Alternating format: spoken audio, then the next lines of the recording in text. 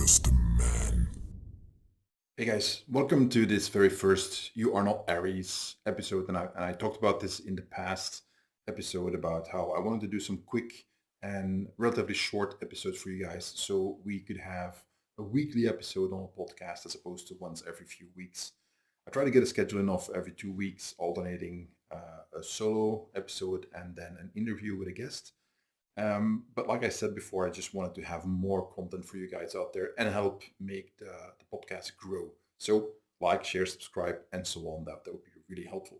So what's the setup? Well, the setup is that I have a Facebook group called You Are Not Aries, God of War.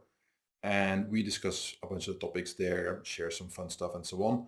The whole point of the Facebook group is that it's a place where we can talk about martial arts, self-defense, and related topics without all of the typical nonsense that we have on the internet. And it is a moderated group. I moderate the group, so I'm very strict. There are rules. You have to stick to them, and you get kicked out if you don't behave. So that makes for good discussion that is meant to be like adults talking to each other and not just ad hominem and yelling at people and so on. We've had a bunch of interesting discussions lately, and I wanted to highlight one of them, and that was about teaching analogies or using analogies for learning. What does that mean? An analogy is something that, for instance, I'll oversimplify maybe a little bit, but you use an explanation, which is basically an image or a comparison or something along those lines. You compare something to something else so that it becomes clearer because very often people don't have a frame of reference or enough experience to understand what you mean, or what you're teaching is too abstract or too new for them to understand right away. So you have to do a little bit of a detour to kind of get them in the right frame of mind or help them get certain concepts a little bit better, if only at a basic level. But it's a way to get started and improve the understanding and also accelerate the learning pace. I've been using analogies for a long time. I've been teaching since I was 18. I'm almost 50. So I found them very useful, depending on how you use them and who you use them with. So as with all things, there are limitations, but I found it interesting to discuss that. And I give an example of mine that I often use. So I teach a traditional style of Tai Chi Chuan, which many people find surprising because they know me as a guy who's mostly doing self-defense and related things. And they see Tai Chi as being this stuff for all people, which in all truth, I thought was something, yeah, that was true until I found my teacher who basically tossed me around and so on. So I found a style that was pretty effective for self-defense as well as health and all the other things that it gives you.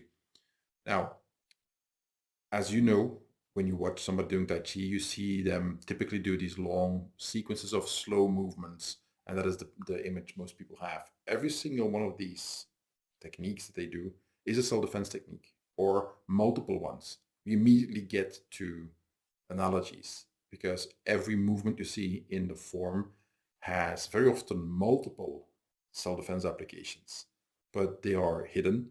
They are sometimes very abstract, and you need to decipher them. Somebody needs to teach you what that means. This has to do with the way that the style is taught. Many styles have forms, kata, tao, and jurus, and so on. So there's a lot of overlap in all the arts out there in this teaching method. And every art has a different way of doing forms. And in this case, there's something specific about it. Now, I often have students who are beginners and they have a little bit of trouble getting the form right and understanding certain things about them, about the form. So I give them this analogy of a Formula One circuit. So what does that mean if you compare the form to a Formula One race? Well, the circuit has a specific shape. Sometimes it goes in a straight line. Sometimes there's a lot of curves and twists and turns and so on. And you can speed up at certain points and slow down at others, which directly relates to certain movements in the form. Some of them you can go fast, some of them you have to slow down a little bit for a variety of reasons. The other part of the analogy, you have to stay on the track. So why? Well, That's what the race is all about, but also the driving surface is best there. If you go off track, typically you're in the gravel or in the dirt or in the grass and so on, and the car won't really perform all that well. So you're going to finish the race a lot faster and with less effort if you follow the path that is already established, which is the same in the form here. And you're not allowed to cut corners. And it gets more complicated, I know that, but um, and this is immediately a counterpoint to analogies. They eventually break down if you analyze them deeply enough. There's a point where the analogy doesn't make sense anymore. So, and I'll get back to that. Now, another thing is that you also have to complete a specific number of laps before you can cross the finish line. So you have to, you're not supposed to pause before you do that. You're not supposed to pause each time you pass a checkpoint. You keep going. You have to pass the checkpoint, but you keep going. And the same is true in a form. You have to pass certain checkpoints. You have to start a movement at a given point and end it at another point, but you're not supposed to stop. You don't stop until the form is done. You don't stop driving your car in a Formula One race until the race is over.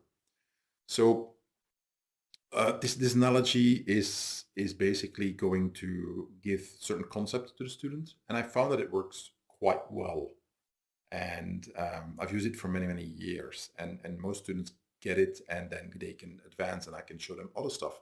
Now, we had a talk about this in the Facebook group, and some people liked it, and somebody else was kind of going out like, well, you know, I see it's more limited than that. And one of the points he brought up, which I thought was actually quite good idea, is that when we're talking about physical skills, and martial arts and self-defense is in part something very physical, it's often maybe a better idea to not use analogies because it tends to confuse people, especially in the beginning. And it's maybe better to then let them experience certain things and then let them verbalize what they're experiencing and form a theoretical framework around it that you can obviously fine tune then and help them out and correct if they go into the wrong direction. But the point is that they're supposed to discover things and you're helping them discover that. And then they're going to come up with their own models, basically. An analogy is a model, it's a theoretical model, a very limited one, but it's a way to make sense of what you're learning. So, and his explanation, I really like that. It's a really great idea. My point was that, well, it doesn't always work as much with Chinese martial arts. Why? Well, huge differences in culture, in language in particular, in history. And there's a lot of stuff that just simply cannot be translated. If only if you look at the term qi, which has been used and, in my opinion, very much abused by many practitioners, well, you're not going to get all that far. I mean, with just a literal translation. So the art is filled with those kind of, I call them traps. If you focus on them from a too Western perspective, then you fall into a trap of thinking it's a certain way, and it turns out that you're wrong. Because sometimes it's just very simple and very basic, the explanation, but you need to be given that explanation by somebody who understands where that concept comes from. Because again, certain things don't have a literal translation from Chinese language to a Western language. There's a good example of that in one of the weapon forms that I teach. There's a technique called Luguang shooting an arrow. Sorry, Li Guang, sorry. Li is a famous figure in China. Maybe not as much nowadays anymore, but it used to be. And there was this story where he would shoot an arrow at a tiger.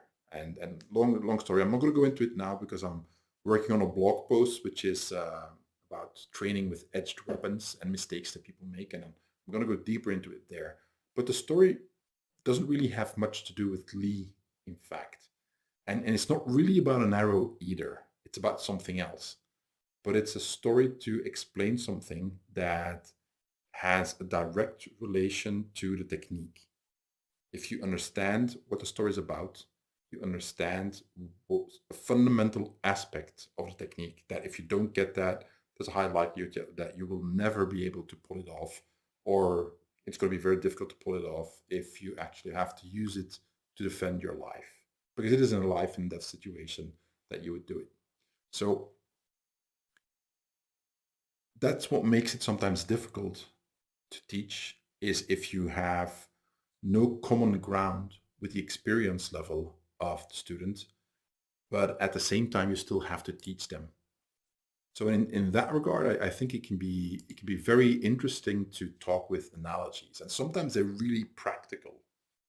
And there's a limit to that. Like I said, they sometimes break down when you push it too far. When you overanalyze the analogy, it's going to break down. And this is a little bit of a pet peeve of mine, where I see that people, when you talk about analogy, especially on social media, they try to just go through it with a fine tooth comb and basically look for, aha, here is the exception that I found, or here's the flaw in the analogy that I found, so that I can tell you how wrong you are. And then I'm like, dude, I mean, it's an analogy. It is not a description. If it were easy to describe, I wouldn't use an analogy. If I thought the description were better, I would give that instead. The analogy is a teaching tool. It's a teaching tool to help the student or somebody else get it a little bit easier than if I have to go from scratch. My teacher once said to me, the late Dan Doherty, during one of his seminars, said, "Your form is dead." And then he showed me why. And then I had like at least a year's worth of work to actually make my form alive.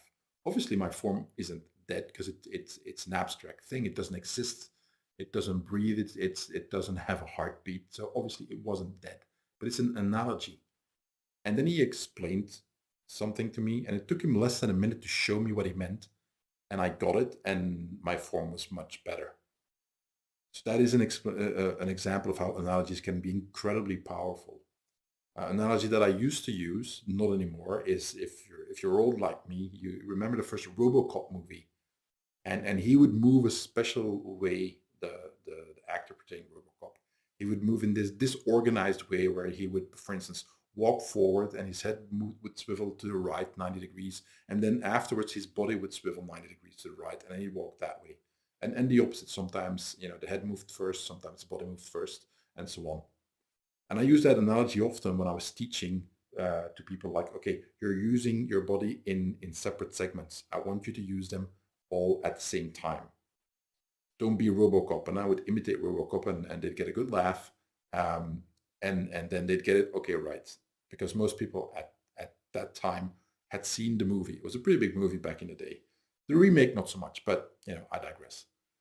The point is that it was just an easy explanation, very quickly shown, both the analogy, talking about it, explaining to it, and then showing what I meant, and then them linking it to the movie, and then understanding on a fundamental level what I was talking about. And it fixed a serious problem in their practice immediately. They might not be able to consistently get it right, but at the very least, they had a starting point that, "No, don't be a RoboCop, don't move like that." So that was the big lesson that they would get out of that, is that it's a very simple analogy, and they get it, and they can have a lot of progress in their practice if they keep it in mind. And it's kind of like memes. Memes are just visual representations of something, of an idea, of a thought, of a concept, and so on. And you watch a meme and you remember it, and you laugh, or you take it seriously, or depending on what the goal is. But you get the point. If you break them down too much, it doesn't work anymore. And that's the whole thing. It's not supposed to be analyzed to death, or like, well, it's actually not really a great comparison, because in real life, blah, blah, blah, and people go on and on. And I'm like, you're missing the point. If it were a true to life explanation, it would be like 100 pages written in detail about what they want to bring across. That's not the point of a meme. Same thing with an analogy. But like I said, they do break down. Sometimes we end up with analogies that are not very good, or that don't make sense. Or you end up with a student that who thinks differently. I have one of my students who, when I talk in an analogy,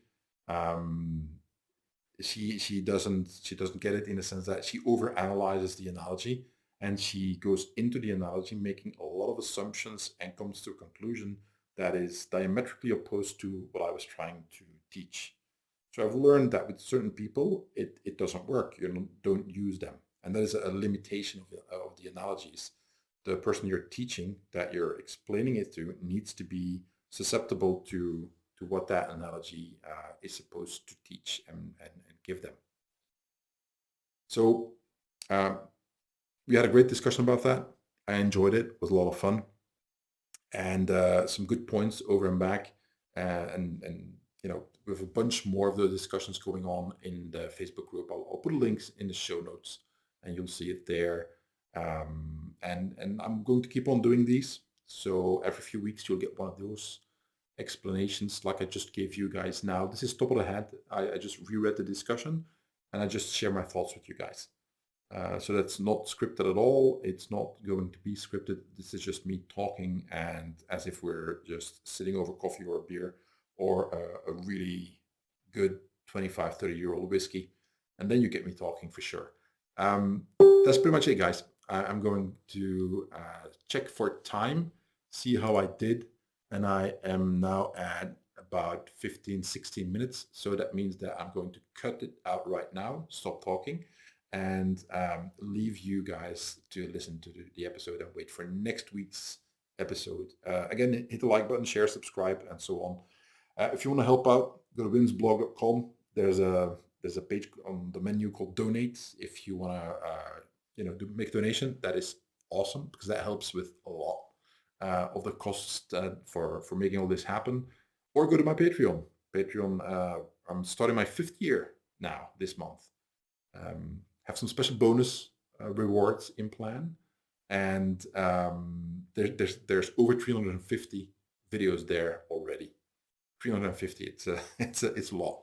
There's dozens of bonus podcast episodes. So if you want to help out, it starts at $3 a month. The first reward tier. There's a truckload of stuff there. There's a lot. So help out the show. If not, you can always help out by sharing and letting other people know about it. That also helps tremendously. All right, guys, that's it. Take care. Bye-bye.